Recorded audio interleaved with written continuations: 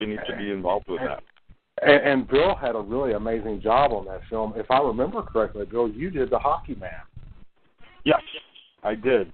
Of course, they were already created, but, and, you know, it's just like everything else. They go, well, we need about 13 of those. I go, oh, that's interesting to have that nice uneven number, which they started disappearing from, you know, the set and so on. So I think that's one of the reasons why they wanted 13.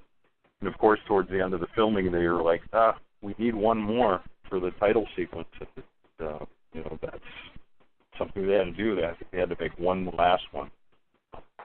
But it was really neat to be involved with that, absolutely, making those hockey. And I have to give a lot of credit to Bill for saving things, too, because especially on Nightmare 4, I mean, stuff that was supposed to be thrown away and nothing was thought of it, Bill saved it. And one of my lifelong dreams is actually of him, if he still ever has one, is to get one of the links in the chain from the famous Elm Street Tuesday night scene, because he saved those links, and also some prosthetic teeth things. But the link in the chain is like one of my all-time to-go favorite pieces, you know, of his. So one of these days, I'm going to have to try and finagle a Bill to send me one. If I help him write his book, maybe he'll pay me in Freddy Krueger chain.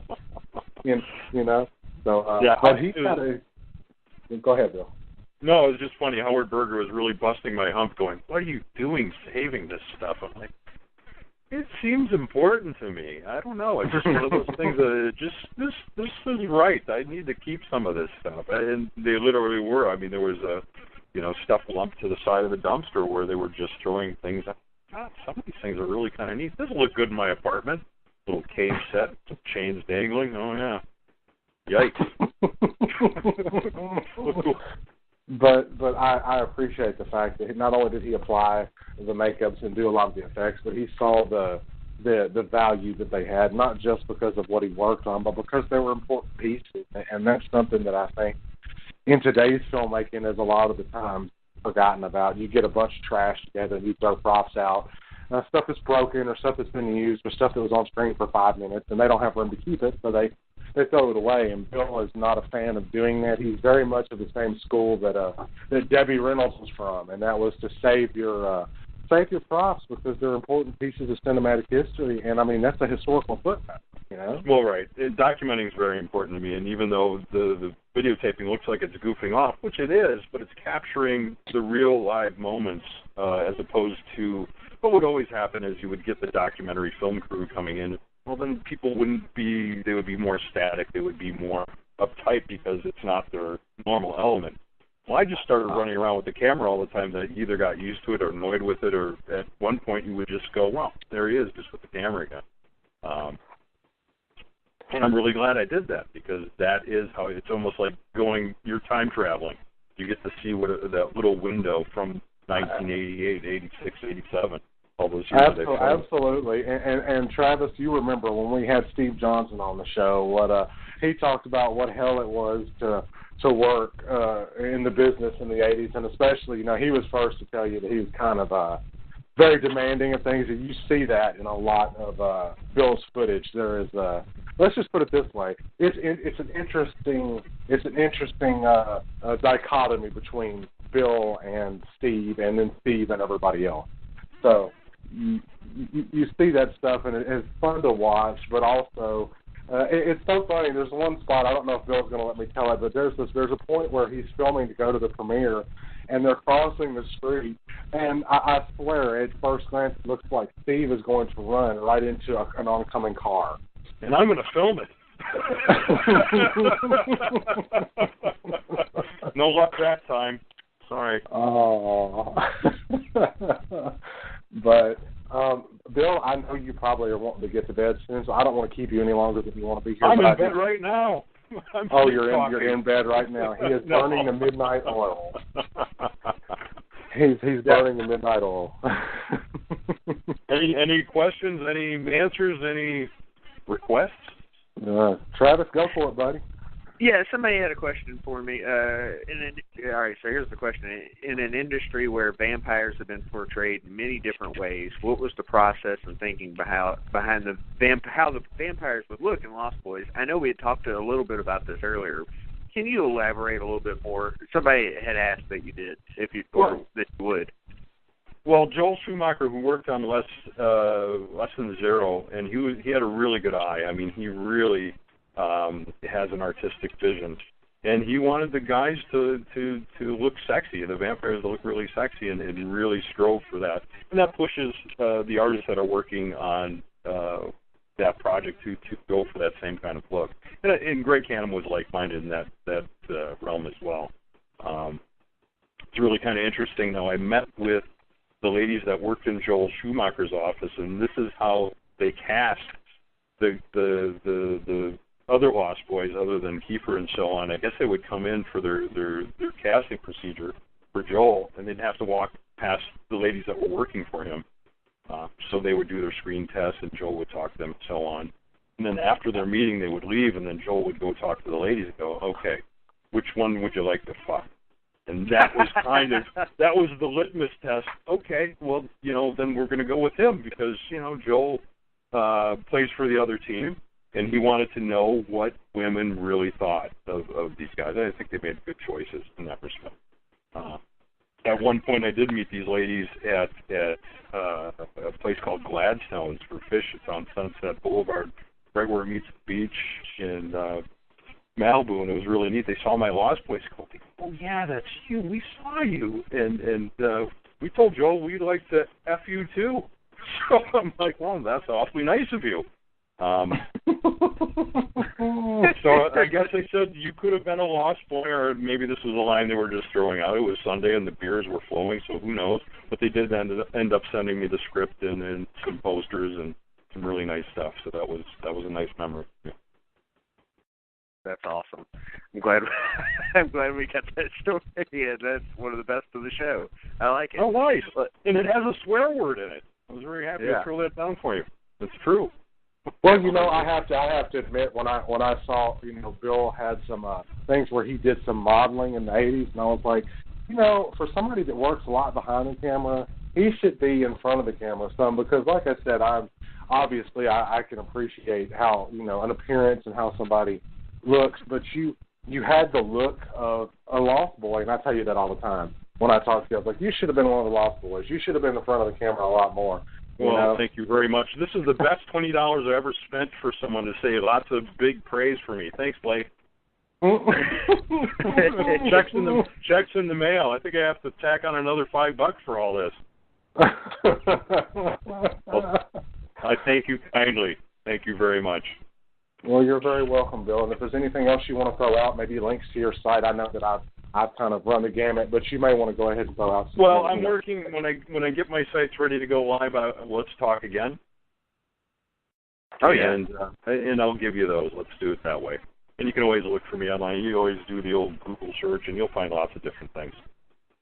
Oh yeah, I'm trying to convince Bill to do a book on his career, and I'm hoping that he will eventually agree to that, so I can work with him on doing a book of for his career, because I think it's absolutely noteworthy to have him up there with the greats, with Jack Pierce and with John Chambers and with Dick Smith and and him, and I think he's one of the greats, and he deserves to have his body of work displayed for everybody to see. So. Well, thank you very much. I think you've just earned another $20. $20.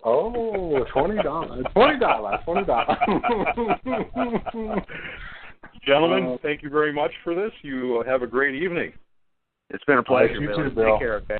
It's fun to be a vampire. Have a good night. All right. Later on, bud. Yeah. So, Vic and Jer are on the line, Blake. You want to say hi, Vic and Jer? I don't know if Jer's going to talk, but I know Vic will.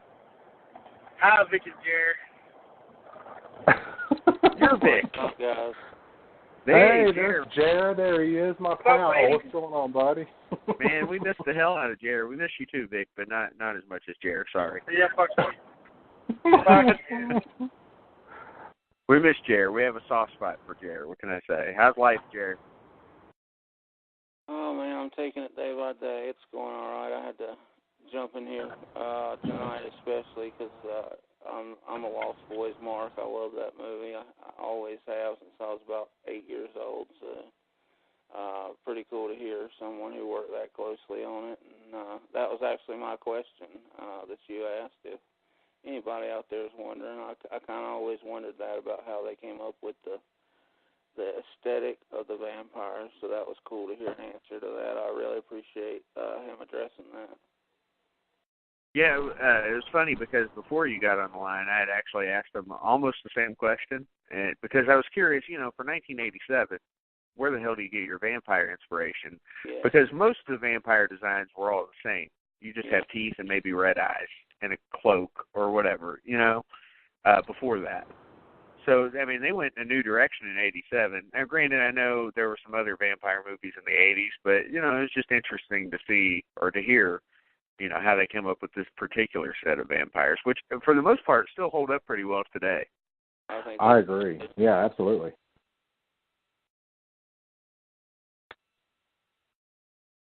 There's a couple of scenes where you could see the makeup a little bit, but, yeah, I'm watching it now, and I just really like the way it looked. Blake, I tell you what, man, since we're like, 10:30, do you want to try to squeeze in a rundown today, or do you want to come on next week and do the whole show? It's up to you, man. Like I said, I was mostly just excited to have him on because he does not do these things very often. He's a very, very, very, very busy man, and he called me today and was like, I want to do it. So I was like, we'll get you on. I'll make room for you. Travis would probably love to have you because he loves Jason Lives and he loves a lot of these other films. And I mean, the rundown, we could wait and do that if you want. It's up to you guys. I'm just glad to talk to Jared and Vic. I mean, I feel like I've kind of missed it, but I haven't talked to Jared since my other book came out. Since I've been doing the convention circuit, doing signings and all that, Jared's been a stranger to me. I don't like it, so we need to fix that. Absolutely, man. I've kind of been a stranger to everybody here lately, but I'm glad to get the call and talk to you fellas at least for a few minutes tonight. That was cool. Yeah, Jared makes cameos in the world, like not just on the show, but in the world. I do. And we appreciate those cameos. I'm a character actor, a background player. I just pop up like those random people that you can't name their name, but you see them in That's beautiful. Yeah, I like it. So, Blake, I think next week we do the whole rundown of Lost Boys because I don't want to rush you through it, and I like when you do the rundown, and I think they're really good. Okay. And you know what? I guess that's fine. That's not a problem. I guess you've earned your $20 too, right? I guess that's what.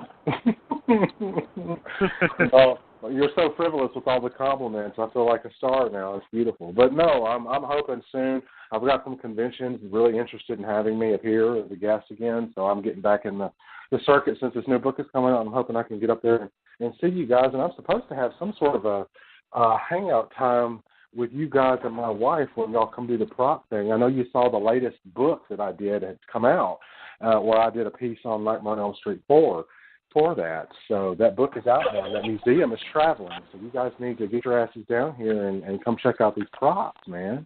September, right? September the 15th, absolutely. And they did add Kane Hodder's Hero Machete from The New Blood as part of one of the exhibits. So you have to see it for, if nothing else but Jason. You have to see that. I think they've got Grandpa, too. I want to say they've got Grandpa from Texas Chainsaw Massacre, too.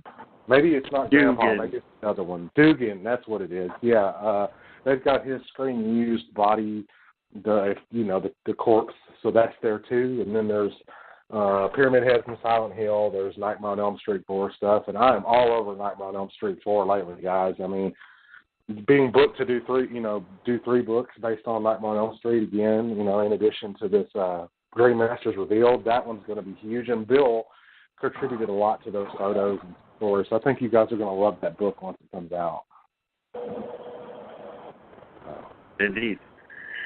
Yep. Jer, if you want to stick around, feel free. But I know you said you're just making a cameo, so I won't keep you if you don't want to be here. If so, though.